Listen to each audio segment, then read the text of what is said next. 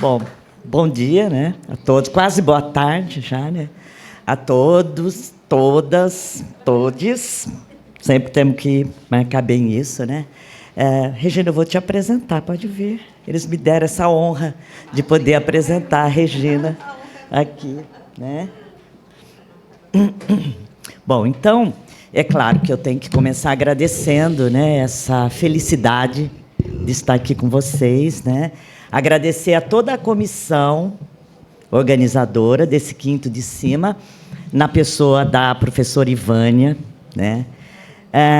A Ivânia está sempre nos ensinando muito, nos aproximando muito, né, de todas essas temáticas, com as quais a gente não tem, morando lá no Sul, no meu caso, né, a gente não tem tanta intimidade, mas certamente tem muita sensibilidade.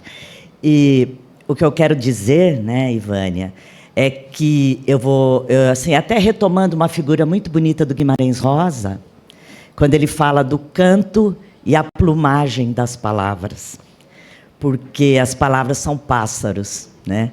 Elas voam, elas trinam, e eu acho que desde o primeiro momento aqui da abertura, quando a gente viu nossas colegas indígenas cantando, né, a gente ouvia os trinados, né, das palavras, né? E esse canto e essa plumagem, ela esteve o tempo todo aqui entre nós, em alguns momentos assim com muito vigor, né, da luta, da batalha, em outros momentos com a aspereza da dor, né, como a gente acabou de ver, né, a jovem Guarani Kaiowá nos relatando, né, a violência, a dor. Essa palavra é sempre combate, né? Mesmo que o dispositivo colonial, e aí é um conceito que a professora Ivânia vem desenvolvendo com o seu grupo, né? Mesmo que o dispositivo colonial, desde o primeiro momento, tenha tentado calar, tenha tentado matar, e conseguiu muito isso, né? Tenha tentado governar a língua, e os corpos, e as mentes, e as sensibilidades e tudo, sempre existiu a resistência. E a gente nunca pode esquecer, né, de que a resistência está aí. No vídeo que nós vimos ontem, né, maravilhoso, sobre aquele levante pela terra, né, ali estava também a aspereza da dor, mas está o combate, está a luta. Então, o governo da língua, que é o tema, né, da nossa mesa, está no interior dessa tentativa de nos governar, porque a língua somos nós, né? Nós habitamos a língua nos habita. É o pertencimento. A mesa anterior foi linda e falou sobre isso, né? A resistência no Baixo Tapajós, né, professora? Existimos. Quando a gente fala uma língua, a gente diz, eu existo. Então, é a luta pela existência, é a luta pela memória, são esses combates que nós estamos vendo voar por aqui, como pássaros, né? Com o seu canto, a sua plumagem, a sua beleza, a sua aspereza. E a gente dá continuidade a isso aqui nessa mesa, pensando sobre isso, né? Pensando se há o governo, há sempre a resistência. E é aí que eu entro no tema da professora Regina Baracuí. Ela é professora da Universidade Federal da Paraíba, UFPB, é uma paraibana retada, tá? E que vai nos falar aqui, né, Regina, sobre essa resistência, né, de mulheres, artistas de rua. A Regina Baracuí também eu nem preciso apresentar, ela tem um monte de orientandos, fãs. Todos os orientandos viram fãs da Regina o tempo todo. Ela está sempre com o Cidade, eles vestem a camisa, é muito legal. Literalmente, eles vestem a camisa, né? Camisa linda, elas fazem pesquisas lindas, sempre nesse sentido, né? Do combate, da resistência e da existência. É assim que eu passo, então, a palavra à minha querida Regina, minha companheira de muitas lutas há muito tempo, né, Regina? Ela deu nome para o nosso grupo de pesquisa, GEADA, Grupo de Estudos de Análise do Discurso de Araraquara, né? Eu passo, então, a palavra, Regina, porque certamente vai ser uma delícia te ouvir no seu sotaque, na sua cadência. Tá? Obrigada. Isso aí. Muito obrigada pelas palavras tão carinhosas, Rosário. Fiquei emocionada, né? Mas, em primeiro lugar, bom dia a todos, todas e todes. É um prazer imenso estar aqui. Eu tenho me emocionado muito desde o início deste evento. Um aprendizado imenso eu estou tendo, né, com essa partilha de conhecimentos, com essas mesas maravilhosas, com o contato com os indígenas. E agradeço muito, muito, muito a Ivânia, que, além de uma excelente profissional, é uma amiga muito querida, é uma amiga do meu coração, em que já trilhamos várias veredas do discurso. Eu já vim a várias edições do Decima, né? Então, ela já foi lá para João Pessoa. Aliás, ainda não, mas espero o quanto antes, mas pelo menos online, né? Então, a gente tem essa troca acadêmica, essa parceria. Em relação a Rosário, eu fico até emocionada mais uma vez, porque Rosário foi a minha orientadora de doutorado, né? Como ela disse, dei nome ao grupo. A gente até fala que é o grupo dos veteranos, mas ela já tem filhos e netos, né? Que são os subgrupos que apareceram a partir do GEADA, como disse Vânia, né? Rosário trouxe Foucault para a análise do discurso e foi a precursora desses estudos discursivos Foucaultianos no Brasil. E eu tive a honra e o prazer de tê-la como minha orientadora, né? Então, ela irradiou essa vertente Foucaultiana do discurso por todo o Brasil. Ela tem um trabalho belíssimo. Eu espero que esse trabalho se torne um livro, né? A história do GEADA e tudo que veio após ele precisa ser documentada, porque é de uma importância enorme a gente discutir isso, discutir essa questão das resistências, né? Como a gente está vendo aqui nesse evento, outros possíveis, quantas temáticas maravilhosas a gente já discutiu aqui, essa presença do indígena, esse lugar de fala aqui nesse evento, é de uma importância, é de uma relevância enorme, porque todas essas vozes são silenciadas. Toda essa história do indígena é, como a gente viu, uma história de luta, de sofrimento, de dor, né? E nós nos solidarizamos completamente com isso, né? Esperamos, como disse Vânia, muito bem dito, que esse novo ciclo que agora se inicia, e eu não estou vestida de vermelho por acaso, né? Esperamos que sejam dias melhores, que sejam dias de menos sofrimento para todos nós, né? Que há 4 anos sofremos tanto, sobretudo nós profissionais, da área, né, das ciências sociais, das letras, etc., né, que a universidade tem sofrido bastante. Enfim, mas vamos aqui para o meu tema, né? O título do meu trabalho, se o rapaz puder passar o primeiro slide, o título da minha fala, que eu trouxe hoje para discutir um pouco com vocês, é a seguinte: As vozes das mulheres na street art, contra condutas e práticas de liberdade no discurso artístico das ruas. É o primeiro slide. Não sei se o rapaz do slide está aí. Alexa, será que você poderia dar uma olhadinha? Eu trouxe até a parte... Veja lá se ele... Ivânia, será que o rapaz dos slides está por aí? Eu quero também fazer um agradecimento ao Grupo Jedi, né, que nos acolhe sempre tão bem, com tanto carinho. Quero fazer um agradecimento ao grupo. Estou vendo aí o nosso primeiro slide, então, como vocês veem. Né? Quero falar para vocês hoje um pouco desse meu trabalho com as ruas, com as cidades, com a textualidade, que eu venho desenvolvendo desde 2012, lá na UFPB. Eu sou professora do... ProLing, que é o nosso programa de pós-graduação em linguística, né, e tenho desenvolvido vários trabalhos em nível de iniciação científica, mestrado, doutorado, e tenho trabalhado muito com essa questão das ruas, com esse governo, né, da população e suas práticas de resistência.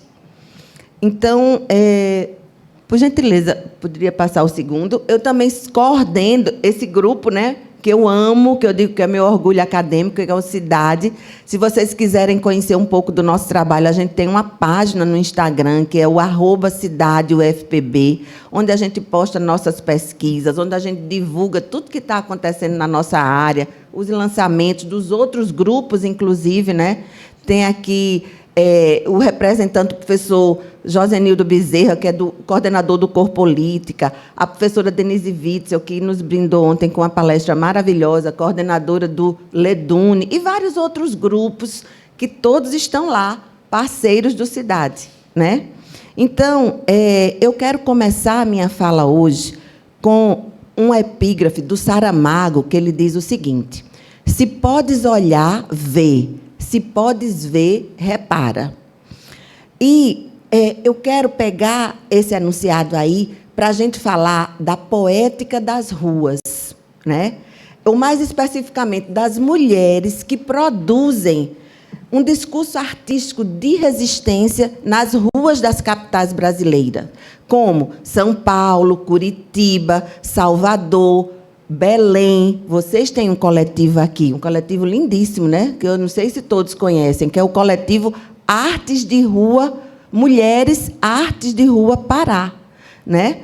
E, enfim, em uma sociedade marcada, né, por essas relações de poder assimétricas, difusas, marcada por disputas, exclusões, polêmicas, conflitos, né, submetidas a uma cultura patriarcal que sempre mirou uma sociedade menos desigual, né? As mulheres lutam para serem respeitadas e também para exercerem plenamente a sua cidadania. Então, com o empoderamento feminino, a flor da pele, né? A gente tem visto esse crescimento da potência da voz da mulher na nossa sociedade. Então, o espaço das ruas ele tornou-se um espaço de protesto, de denúncias, né, sociais, feito por essas mulheres artistas, por meio de um conjunto de enunciados, em que elas reivindicam seus direitos, né, mostram seus medos, suas paixões, mesmo em face de inúmeras tentativas de silenciamento dessas vozes femininas, né? E é assim que elas resistem, através dos pichos nas ruas, com palavras poéticas, né?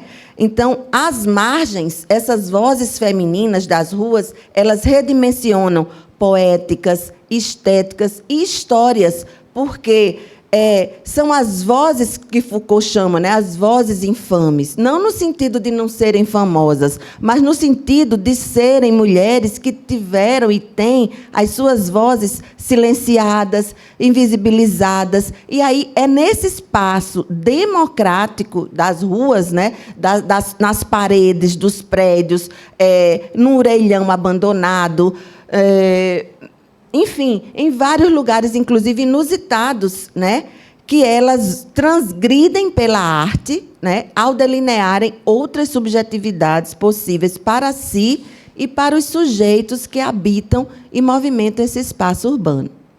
Então, eu começo aqui perguntando isso a vocês, né? Essas vozes aí.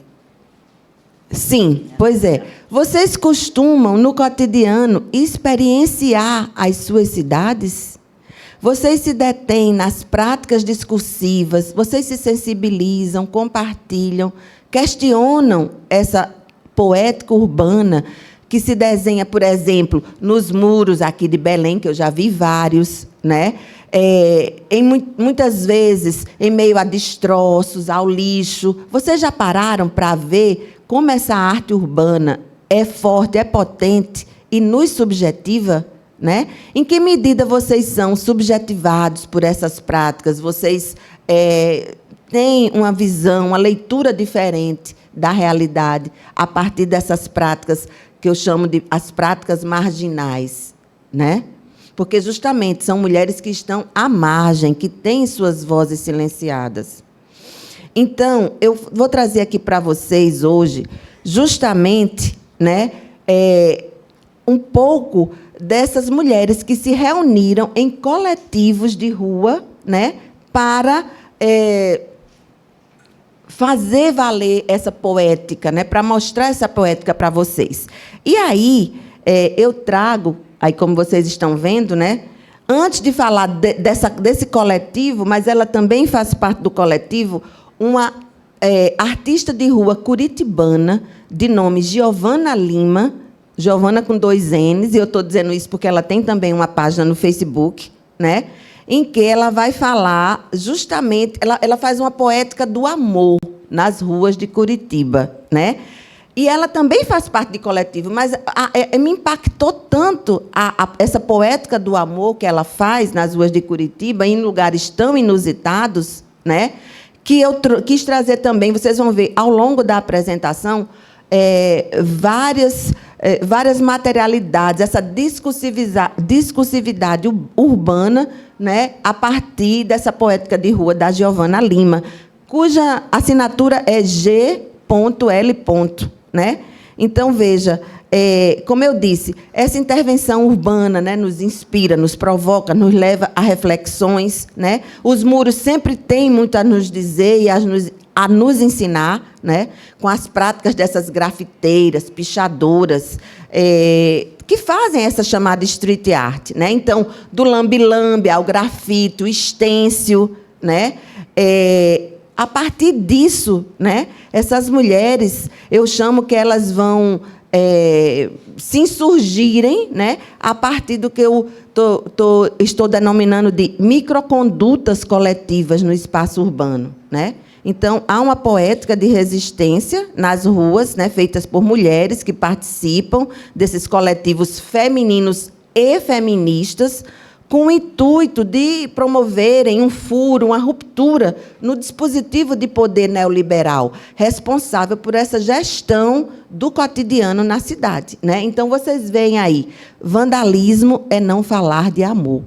Então, veja, por que vandalismo é não falar de amor? Porque ela é uma pichadora, e vocês sabem que a pichação é considerada um crime pelo Estado, né? É considerado vandalismo. Então, vocês vejam aí, começa essa subversão pela língua, né? Olha o que ela diz, ela traz outro conceito de vandalismo. Enquanto que o governo diz vandalismo é pichar, ela diz vandalismo é não falar de amor, né? Outra coisa que eu achei bacana na minha pesquisa, que está em andamento, né, uma pesquisa de pós-doutorado, é que ela diz na página do Facebook dela que ela colocou um picho assim: visitarei todos os países tentando encontrar sua língua. Isso foi um picho que ela fez, inspirada na história de uma amiga que se apaixonou por um piloto de avião. Olha que sensibilidade. Visitarei todos os países tentando encontrar sua língua, né? Ela tem outra que eu gosto muito, porque não são só pichações sobre o amor, né? Ela também fala de questões sociais, de questões políticas, e não poderia ser diferente, né? Ela diz assim: paredes em branco não lutam contra o machismo. Pode passar, né? Então, ela diz, agora eu abro aspas, porque ela falando, a ideia é achar outros espaços para esta escrita que não achou espaço nos livros e talvez nunca ache, né? A Prefeitura de Curitiba adverte e diz que a arte, pichação, é considerada crime. E aí, nesse Facebook dela, ela diz que tem consciência, né, de que naqueles espaços ela não poderia pichar, e é por isso que eu digo que ela transgride pela arte, mas que até que alguém reclame alguma coisa, ela vai continuar pichando, né? E, enfim, eu vou falar bem rapidamente dessa questão, pode até passar esse já também, né, da street art, né, essa arte de rua que se refere a manifestações artísticas desenvolvidas no espaço público e se configura uma prática social que envolve aspectos estéticos, né, significados sociais que afetam o nosso cotidiano. Então, o espaço urbano ele torna-se o foco das intervenções, né? Dentre elas, a arte que sai dos museus, né, e vai para as ruas, ou o contrário também. A própria Giovana fala que esses enunciados espalhados pela cidade, essa poética das ruas, ela também levou, por exemplo, para camisetas. Houve uma intervenção lá em Curitiba, né, por esse coletivo do qual ela participa, e ela levou para as camisetas também esses enunciados de denúncia, de resistência, né? Então, enfim, essa arte poética das ruas é uma arte muito efêmera, porque, por exemplo, a pichação, o que é que acontece? Ela não dura muito tempo, até porque é considerado um crime. Então, eles passam cal por cima, né? Então, é uma arte efêmera. E, por ser efêmera, ela precisa ser impactante. Então, geralmente, ela se constitui por enunciados fortes, intensos e breves. Obrigada, querida. Né?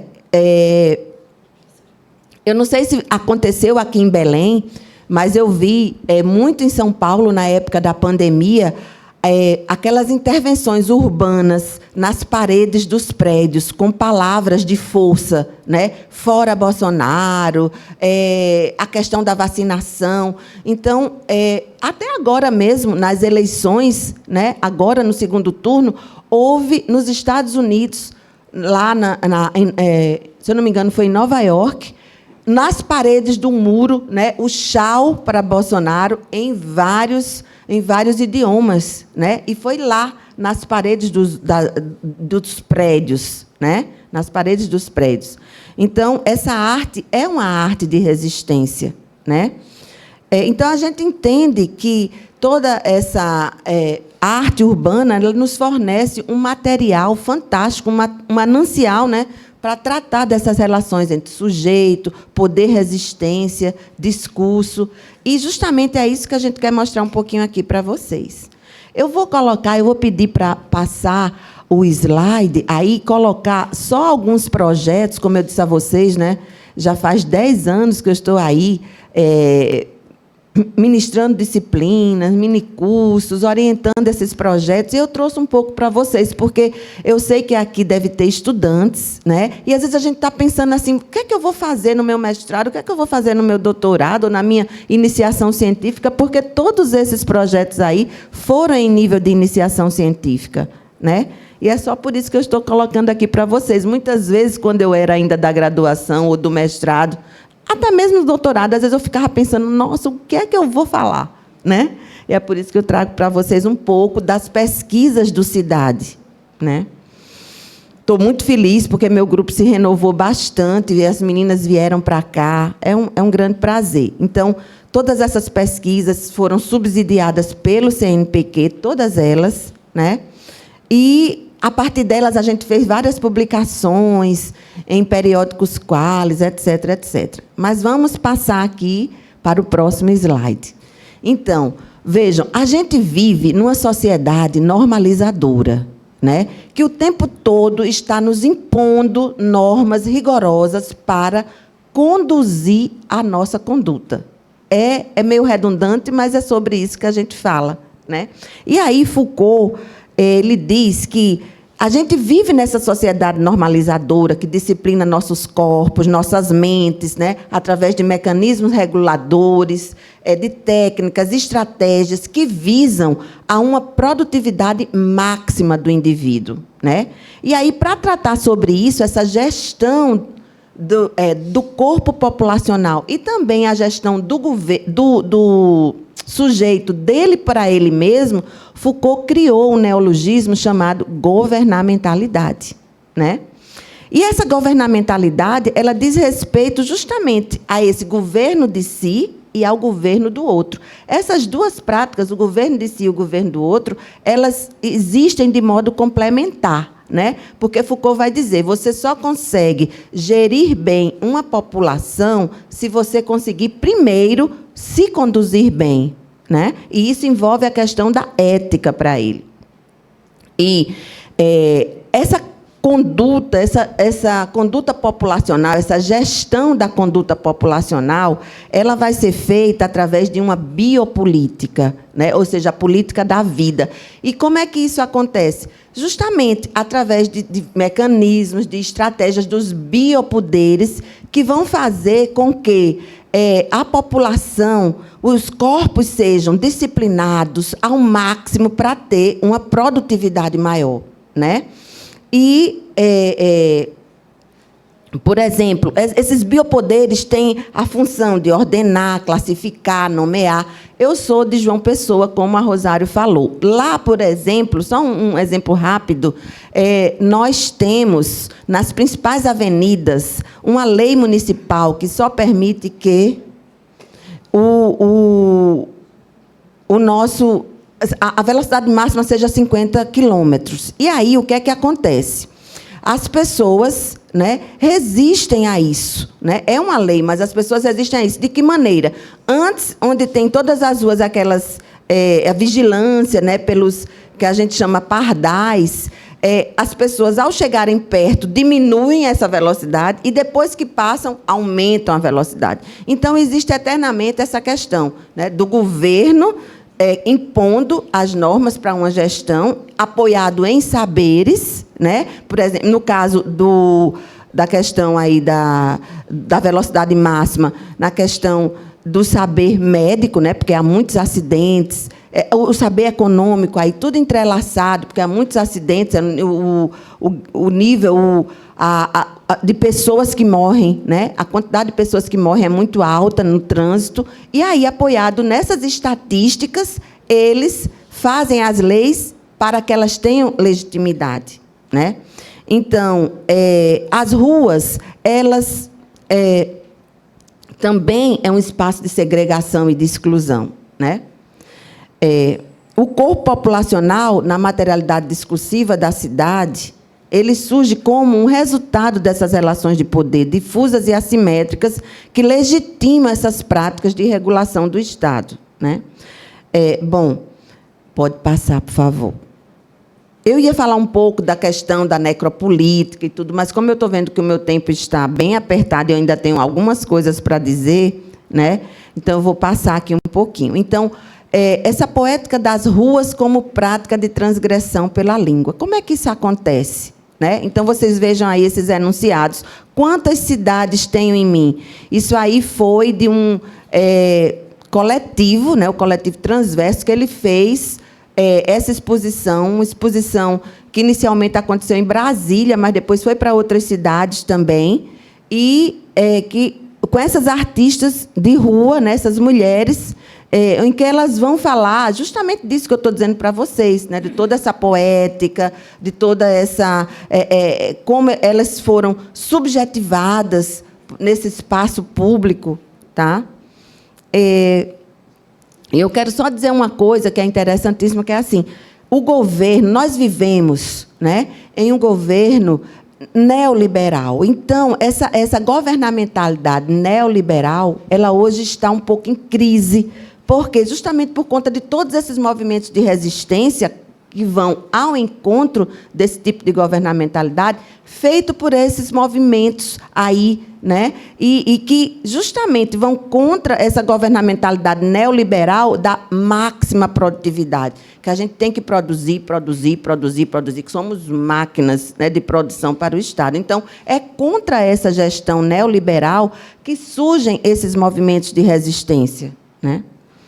E eu quero destacar aqui o papel dos coletivos das mulheres para tratar de um conceito que o Pierre Dardot e o Christian Laval vão falar de como contracondutas de cooperação, que ele vai dizer que, para que esse movimento de resistência dê certo, né, funcione socialmente e reverbere, ele precisa ser coletivo, né? Ou seja, contraconduta nesse sentido, ou seja, você vai na contramão, justamente para surpreender, né, para fazer com que as pessoas atentem para essa poética, para esses outros enunciados, para essa resistência, né? Então, você veja que tem aí, né? O que a cidade te diz? Amar desarma. E, nesse corpus que eu recolhi para essa pesquisa que eu estou fazendo, essa questão da poética do amor é uma regularidade, é bastante recorrente. Inclusive, foi algo que me surpreendeu, porque eu não imaginava achar uma poética do amor nas cidades, nos muros, nos orelhões abandonados, etc., né? Então, essa coletiva aí, essa mostra quantas cidades tenho em mim, né? Como eu disse, começou em Brasília, em agosto agora, 2022, né? E eles falavam de queremos mostrar nessa exposição pílulas poéticas audiovisuais, né? Ou seja, por que pílulas? Porque, como eu disse a vocês, enunciados curtos, impactantes, né? Para a gente refletir sobre esse espaço. Então, eu gostaria que passasse o próximo, que é do coletivo Linhas de Sampa. Gente, olha que maravilha. Um coletivo autônomo, isso é o que eles dizem, tá? Eles por eles mesmos. Formado por militantes de esquerda suprapartidário.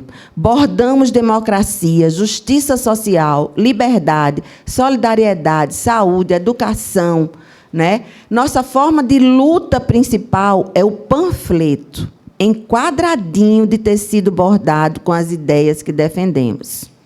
E é interessante porque este coletivo e todos os outros, né, mas, sobretudo este, Linhas de Sampa, ele diz, não aceitamos doação em dinheiro. A gente aceita agulha, a gente aceita linha, a gente aceita pedacinho de tecido, mas não aceitamos doações em dinheiro. Por quê? Porque, muitas vezes, a gente fica pensando, como é que esses coletivos de pessoas de rua sobrevivem? Né? Mas a maioria desses que eu vou trazer para vocês hoje, eles são coletivos que não sobrevivem da ajuda das pessoas, mas eles próprios têm essa independência financeira, né? E vejam que coisa maravilhosa. Existe aí um vídeo, né? Mas que não é agora, mas eu quero que vocês vejam somente, aí pode passar o próximo slide, como o tempo é muito curto, eu vou me deter só nisso. Nesses dois enunciados aí que estão bordados, né? Aí tão significativamente. Vocês vejam, o Nordeste investe em educação, ele não. Eu quero que vocês foquem no ele não, porque esse enunciado ele não, veja, ele é opaco, mas eu não preciso dizer a ninguém aqui de quem está se tratando, mas não tem dito o nome, né? Não tem dito, mas todo mundo sabe de quem se trata. Por quê? Porque esse enunciado, ele reverberou através de hashtags nas redes sociais. Ele foi das ruas para as redes e das redes para as ruas, reverberando, né? Ele é um enunciado que tem força. E é isso que Foucault vai falar, que os enunciados, eles dialogam infinitamente uns com os outros, porque o enunciado é um nó em uma rede, né? Ele faz parte de uma rede de outros enunciados. Então, e aí ele vai dizer do campo de concomitância, que é justamente esse espaço de intersecção entre, por exemplo, o campo político, de onde vem esse enunciado, e o campo poético. Existe uma intersecção, né? Ele saiu do político e veio para o campo poético. Mas todo mundo sabe o que ele quer dizer. Inclusive a questão do Nordeste aí, né? O Nordeste investe em educação. E isso foi agora, foi recente, porque teve toda aquela polêmica que vocês todos acompanharam, de que o Nordeste deu a vitória ao Lula porque é o voto de cabresto, é uma terra de gente ignorante, não sei o quê. E aí, contra isso, né, as mulheres resistiram, nós, mulheres, resistimos. E aí veio o bordado, o Nordeste investe em educação, ele não, né? Outro, Dias Mulheres Virão. Olha esse sobre o empoderamento feminino, que coisa linda, né? O jogo com a língua, é aí onde eu digo, a transgressão pela língua, ao invés de dias melhores virão, que todo mundo sabe que seria o previsível, é Dias Mulheres Virão, para mostrar essa força da mulher, essa potência, né, que nós somos. Eu estou um pouco emocionada, tenho que dizer. Mas, enfim, passemos. Espera aí. Só um minutinho. Essa postura transgressora é uma subjetivação pela contraconduta, como eu já disse, né? Uma desobediência civil, para citar o Frederic Gros, no livro Desobedecer, que é um livro que eu sugiro, né, a leitura para os que ainda não conhecem, né? Então, é uma desobediência civil às leis impostas pela língua padrão, né, e pelo Estado, que considera essa arte urbana, muitas vezes, como um crime, né? Então, eu vejo essa estética aí como uma experiência, né, do cuidado de si e do outro. Foucault tem uma entrevista nos Ditos e Escritos 4, que se chama A Ética do Cuidado de Si como Prática da Liberdade. Então, o cuidado de si, para Foucault, ele se relaciona justamente com essa questão que eu coloquei aqui, o governo de si, o governo do outro, né? E ele vai dizer que é um conjunto de práticas ascéticas do exercício de si sobre si mesmo, em que o sujeito se relabora, se transforma e atinge um modo de ser, de fazer da sua vida uma obra de arte, né? Então, tem até um vídeo sobre essa exposição, mas o Rosário está me dizendo aqui que não tem tempo. Mas eu queria só passar aqui, só um minutinho, para o próximo slide, por favor. Para mostrar rapidamente os coletivos, pelo menos, porque aí depois, se alguém quiser conversar comigo lá fora, tal, eu estou disponível, né? Então, veja esse coletivo aí, Olhe os Muros, de Salvador, né? E a proposta, isso é um manifesto deles, né?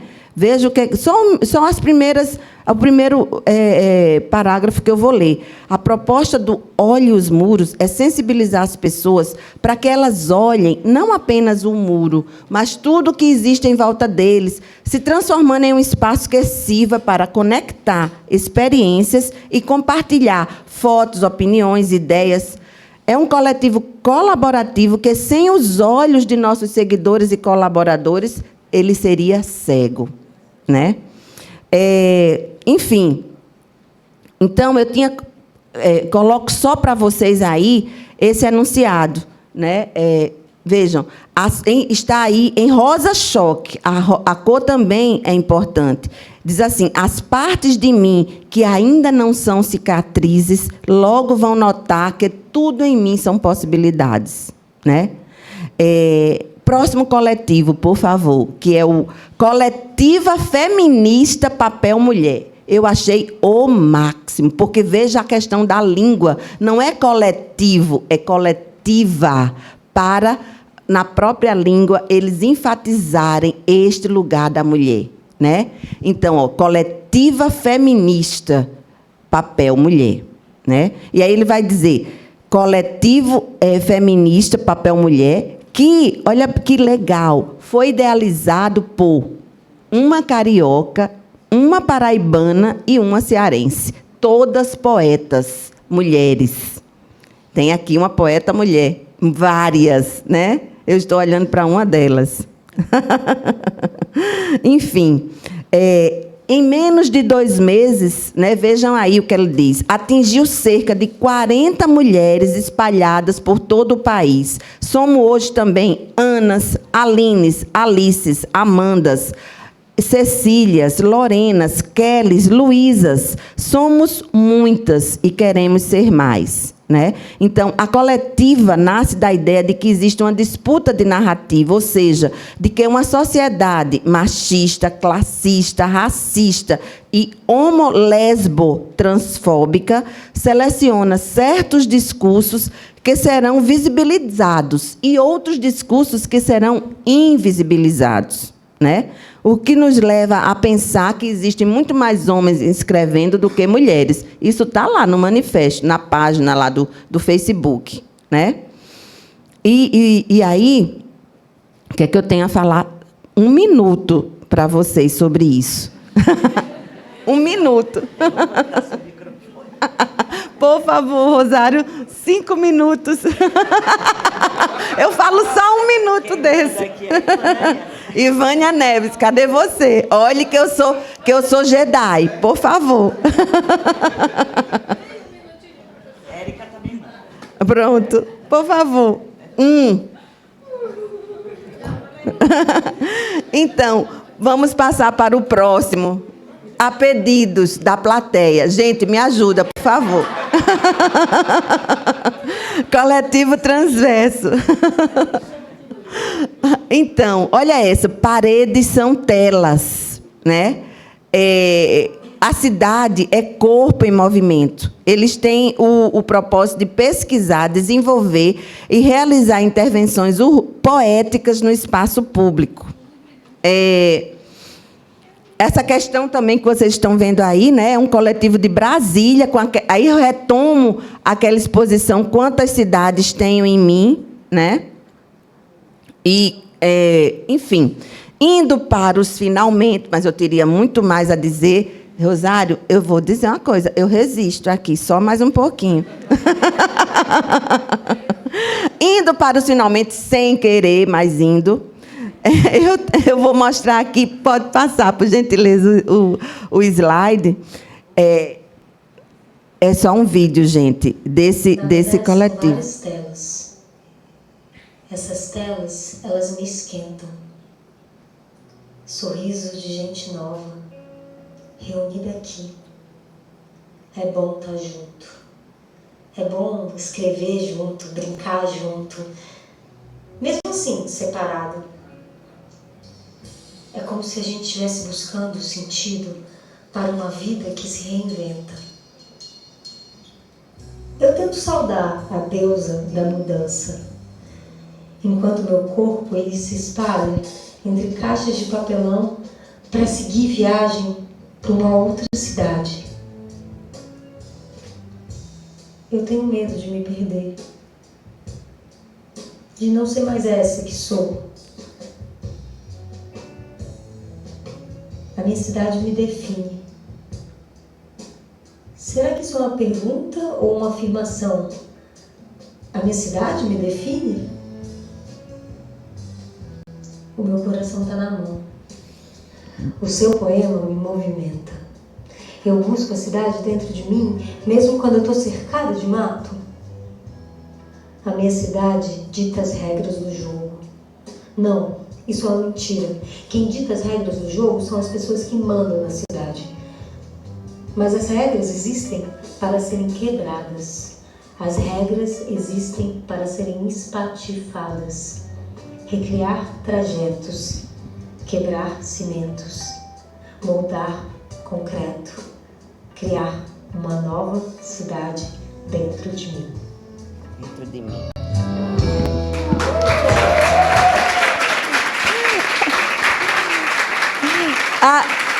Pois é.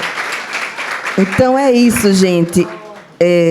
Finalizando mesmo agora, mesmo, Rosário, sem mais muitas coisas, né? Então, Foucault diz o seguinte, abro aspas, a literatura parece reencontrar sua vocação mais profunda quando se fortalece na linguagem da loucura. Nem tem mais os vídeos aí, ainda tem um último slide, ainda tem um. Alex, né, Alex? Tá certo. Tudo bem. Então, veja, a ideia de que essa linguagem, como tem no último slide, da questão da loucura, né? A loucura,